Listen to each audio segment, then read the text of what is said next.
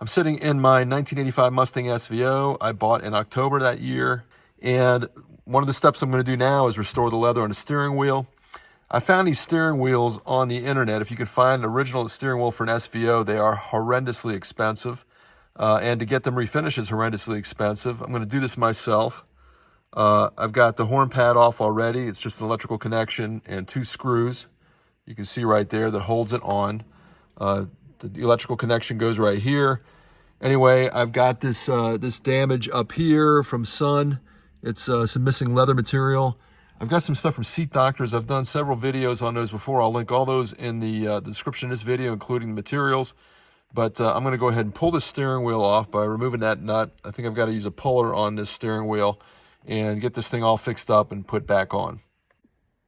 Got my trusty gear puller out. I'll link this in the description in case you need one. And all I got to do now is just pull it off. It's press fit on. Super simple. Super easy.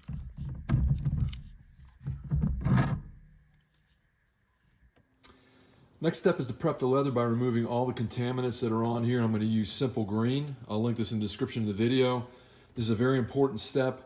And I'll let it thoroughly dry for probably a day before I put the dye on there.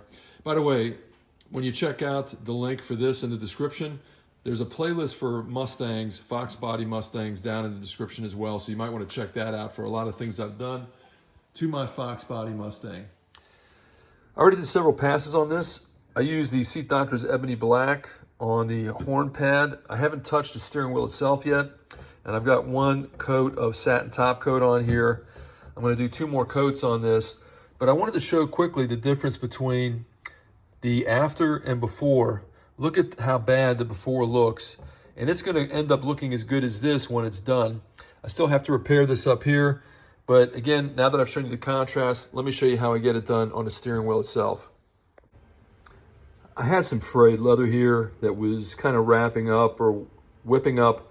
So I took some super glue and glued it back down. I didn't want to keep ripping this stuff off. I had a feeling that it would just continue.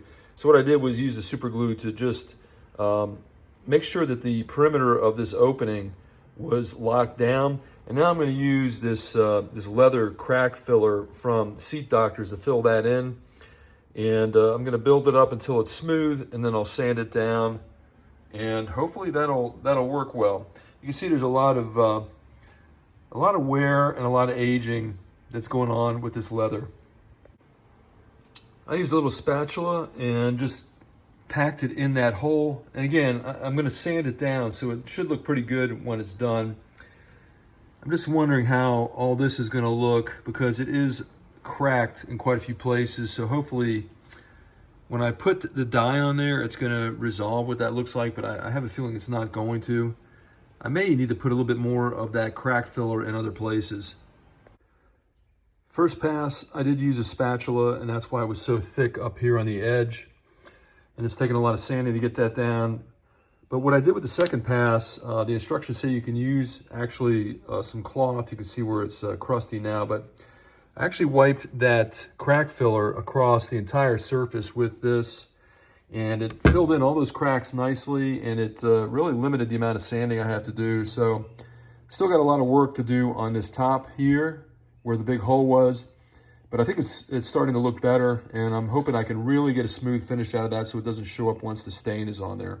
I've sanded it with 600 grit, and it's turned out pretty nice. It feels good. I'm going to do a little more sanding on it, and then I'm going to start applying the stain, and hopefully this area right here doesn't show all the little inconsistencies in the texture when the stain material gets on there. First pass of dye on that section is on, and I have to say it looks pretty good already. I'm really shocked. And that part doesn't look as bad as I thought. The light is really shining on some of the cracks, but again, it's only the first pass, so I'm going to do 2 to 3 more passes on this. And then, of course, I got to put the satin clear on that, but I think it's going to turn out pretty good. I'm now putting my second coat on the horn button of this the satin top coat, and I'm just going to rub it across here. And then what I'm going to do is I'm going to dab it so I don't have any streaking. But I'll make sure that it's completely covered by wiping a layer of it on here. I'm going to put it on like a medium heavy coat. By the way, you have to let this dry. I let it dry about a day between coats, just to make sure that when I put the next coat on, I'm not actually bringing up the previous coat. So I've coated the entire thing, and now I'm just going to dab it to make sure I don't have any streaks. And I'll do this for at least 3 coats. And of course, make sure you don't have any dirt land on it, which is going to show up in the finish. Now, unfortunately, the part of the video where I show how I put it on the wheel portion of the steering wheel, not just the horn pad, got corrupted.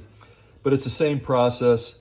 After you put on the crack filler, you sand it down with 600 grit, and then you'll shake this up really good. Use small pieces of cloth. This is the ebony black. You're going to spread it across here really nicely, dab it so it doesn't streak. You can do the same thing with the satin top coat. And again, let it dry. For me, a 24-hour period is best, just to make sure that, as I've mentioned, that the dye coats, if you don't wait long enough, will actually pull up the prior coat, especially with the clear coat. If you don't let the base coat dry enough, if you put the clear coat on too fast, you'll see that your piece of cloth starts to pick up the base coat. So again, making sure it's dry is absolutely imperative. Now let's take a look at the final product. And here's the final product, and I have to say it looks simply amazing. I'm really impressed with how this came out. I was really worried, since I'm the original owner of this Mustang, and I didn't want to spend hundreds of dollars to send it off to have the wheel covered in leather, especially since the horn pad was in good condition, and they might have a leather that doesn't necessarily match the horn pad. But going from the simple green cleaning to the repairing of the leather with the crack filler that's also from Seat Doctors, covering it with the ebony black, then the satin clear, it really turned out amazing. I'm really surprised at how this thing looks. It's a little rough up here, which is to be expected, but it's still, you're not going to be sitting there looking at it through a magnifying glass all the time. I think it looks fantastic. It's very durable. I've done this kind of treatment to the King Ranch seats on my 10th Gen F-150, and they're still holding together after some years of use. Again, all these things are linked in the description of this video. I'm sure this helps you out. It's a very cheap way out of fixing your leather. I think it cost me 40, 50 bucks for the materials from Seat Doctors. I'm not making any money off them. I'm just promoting the product because I really like it. It did a great job. I'm sure there are other leather dyes out there that will do just as good. Check out everything in the description. And while you're down there, don't forget to give me that thumbs up. And I'll see you next time on Driving Intelligence.